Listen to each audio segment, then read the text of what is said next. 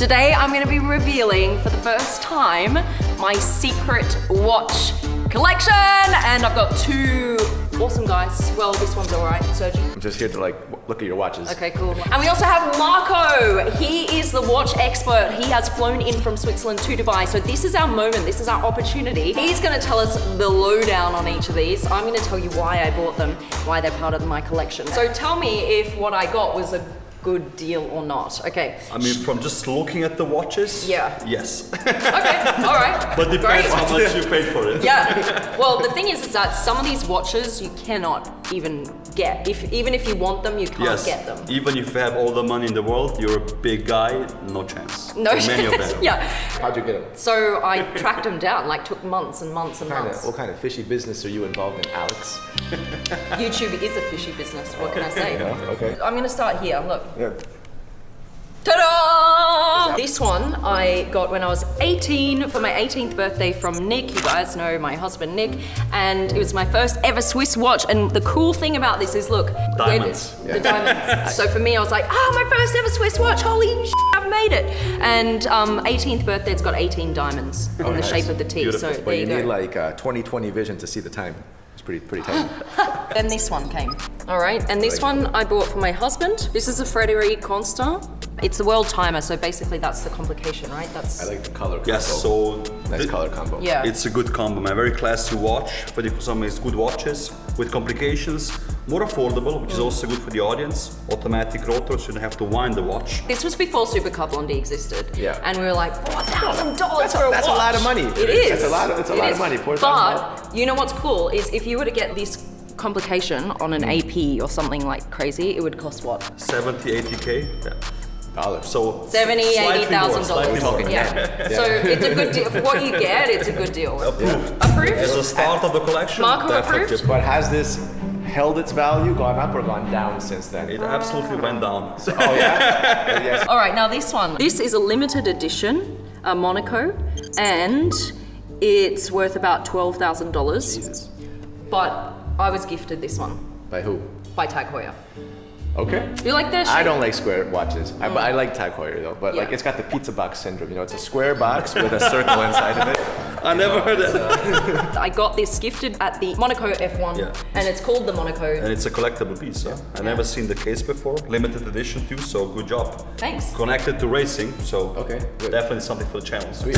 Yes, Great. good job. I just realized that actually I have an Apple Watch, so actually my thing is square. What do you think of the Apple Watch? Ooh. I absolutely have no comment to the Apple Watch. Oh, that means it's probably something. Inside he's like, oh. I don't have one. For me, let's say I love mechanical watches. Yes. And the Apple Watch just makes me nervous because I have a lot of notifications already on the channel. Yes. So having an Apple Watch that buzzes here, not for me. All I gotta say is that if you have a hard fall, the watch calls the police and it sends them your GPS location. So these guys, if you guys fall, you're not getting any help. So anytime basically, soon. he thinks he's always on the verge of death. Yeah, He's I think- constantly checking his heart rate. He wants to know where the emergency button is in case he falls because he's almost 70. Yeah. So what you can do is you can buy the Brightlink Emergency. It's called, you have a nice little pin, you pull it out. Okay. And if you do have trouble, they come for you. So for hypochondriacs like me, this is Yes. great. Okay. All right. Now this one is the first ever Frank Muller that I bought for my husband Nick.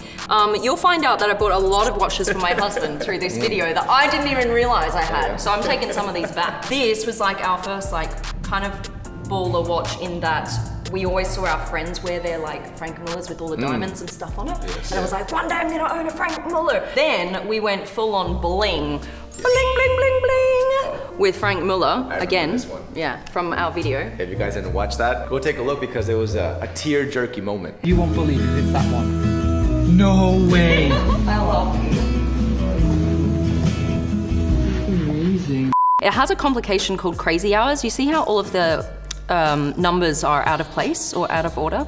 And when you go like this, it'll jump, ready? It'll go from 10 o'clock to, where's 11? Down here. Frank Miller is the only brand that has this type of time indication. Yeah. Yeah. So it's very unique to them. So- and I think it's a nice watch. No, you don't. Then over here, this was also a few years ago, also when we had no money. This is a Baume Mercier. Yeah. Am I saying that correctly? Yes, That Baume looks Mercier like, Riviera watch. Okay. That looks like the Cybertruck of watches. Oh, actually, right. It's quite thick. You know? Yeah, it is. This was about $2,000. So it's still a lot of money, you know? Like they is. are Yeah, nice watches. Absolutely. And again, it's again a watch for your husband. Again, watch I my admire husband. this about Wait, you. yes. the only Now I know watch- why he married you. Yeah, I know. Part of the reason, you know, just bribing him with little watches. How about now? How about this year? How about this year? How about this year? Oh my god, he foresaw everything. This is a Rolex Daytona, and this is my favorite Daytona in my collection. And this is very hard to get your hands on. I had to track this down for months, and I bought this one for about $50,000. I mean, especially hard sought after Rolex Daytonas. This one, now 80, 90K. If you wait until February, maybe even more. Tell us, because we don't have a watch channel, you're the watch guru, why do they go up so much in value? So usually with watches like this watch, for example, wasn't that popular when it came out. Then there was a video on YouTube which got a few million views. People were like, oh yes, this is a cool watch. Okay. And they make a limited amount of these watches per year. So Yeah. maybe they make a few hundred a year and the demand is tens of thousands of people want it. And that automatically pushes up the price, like with cars. So you're saying that YouTubers can influence the value of watches? Yeah, this I is might need to something buy that- some that are on the table. Huh? Now, after this video, Definitely. they're all going to be double price. This one here is the very first Patek I bought. It was just something we wanted in the collection. Of course. Right? This was like us going from here Yeah. to here, like in the watch world. Yes, you go from, definitely. You jumped a few steps here. This is a Nautilus Patek Philippe designed by Gela Genta, same designer as the Royal Oak Right. from Audemars Piguet. A power reserve and moonface watch with indication, with open case spec, rotor, a very sought after model, right? So you cannot get the normal Nautilus, the 5711 with the time only display. This He one could be is saying even- anything Yeah, right we need now. subtitles. Yeah, We need I just feel like letters. there's some kind of Star Trek language. just going making on or stuff something. up, actually, guys. And us, very knowledgeable. How much do you think I paid for this, and how much do you think it's worth now? That will probably be $100,000. That I paid, or it's worth?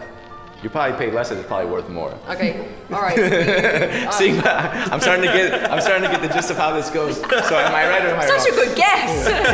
Yes. You're actually right, yeah. Yeah? This Right. was, Boom. I would assume around 80K, but now it's 150, I would say 160. So I paid $70,000. Yeah. Now it's about 150. Okay. There you go, good job again. Our first ever AP Royal Oak. That's my favorite. Yeah, this is your Of favorite, the isn't entire it? one. So Yeah. when you go to AP and you walk in the store, you say, I want to buy an AP Royal Oak, they say, yeah, welcome to the club, you can't get it. So, Yeah. and this is the best thing you can buy, a perpetual calendar. Open case back, it shows you the leap year indicator, it jumps at the end of the month. How much did you buy it for back in the day? $100,000. That's good. I Yeah. would buy it in a heartbeat, yeah. And now it's worth like. So this watch is now from $180,000 to $220,000 right now. We have another AP Yeah. Royal Oak, and Also a very rare piece again. This is a reverse panda dial because you have white chronograph push counters. Plus you have the black tapisserie dial here, which is AP is famous for. Right. All the watches here somehow have a nickname, right? So this is a reverse panda. A panda would be white dial and black sub dials. Right. I have heard that before because when we go to the airport and Nick's like, nice panda. I'm like, what is it going on? You're like, what do you mean? Like, Like how creep. yeah. We're learning keywords. Nice reverse panda. It sounds like you're making shit up. I got this recently and it has the open back.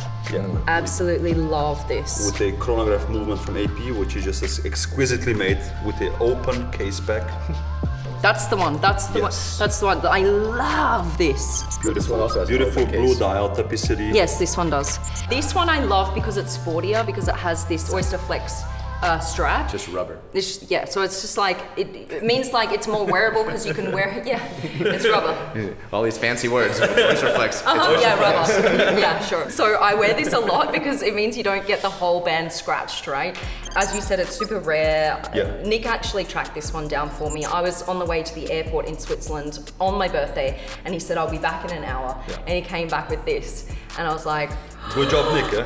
oh my God. So I love this. That's, again, my favorite color combo. Really? I like it. You see these without the baguette diamond indexes, but with baguette diamond indexes, this is a very rare piece to see. Yeah. So what we're talking about here is, you see the diamonds here on the face? Yeah. That's unusual to see. You can get this watch, but without the diamonds. Then we have another Patek, that I got for Nick. Looks like a grenade. Yeah, it does.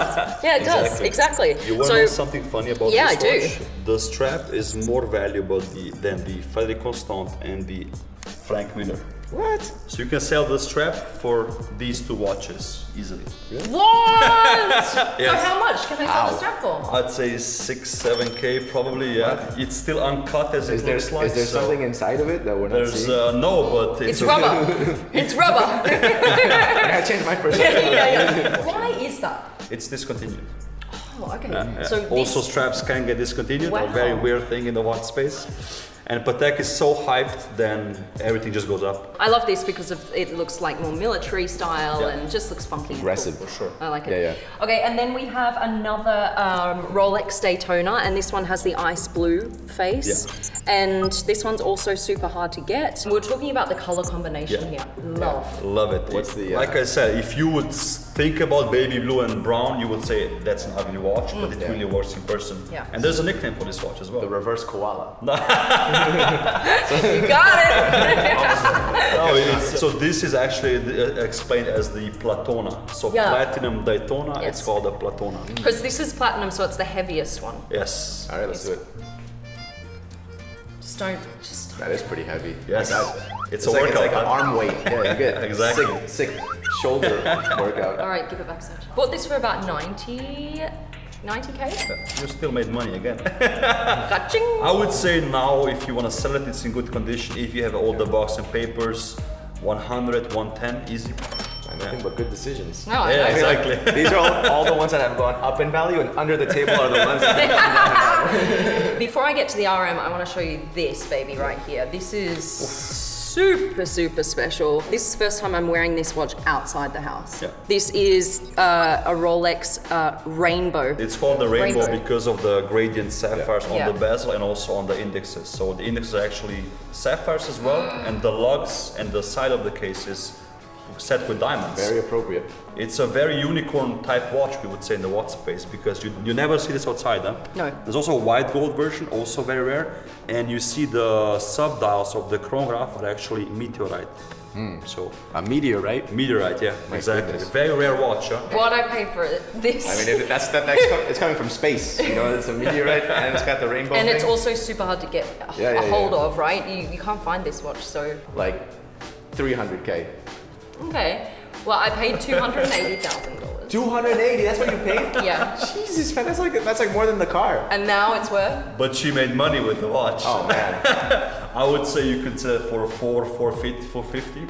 Well, that's like a duplex in Dubai. Yeah. It's not bad. It's a nice house, like Yeah, right it is. here.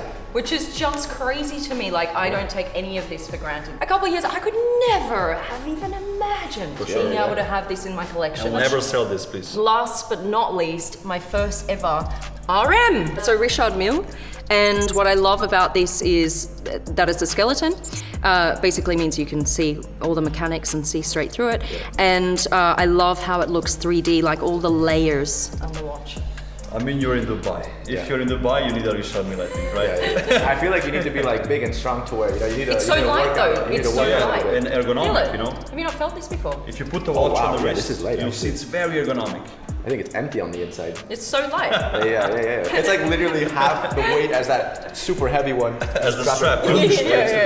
It actually has the same shape as your first one. Oh yeah. So it's like started from the bottom, now we're here. Yeah. But the first one has diamonds. Yeah, I'm true. not So sure. you know what? You can take this one. Yeah. That I want the one with diamonds, man. Yeah. So I hope we've all learnt something today at Show and Tell. Yep. Preschool hour. Thank you so much for watching. And we'll get back to Carl's next. I hope you guys enjoyed. Chuck a comment in the comments section if you want to see more watches or what I should buy next. I know cars and watches like go hand in hand. So I hope you did enjoy this and go check out Marco's channel. And thank you so much, Sergi, for doing this. Bye guys. We're out. Bye.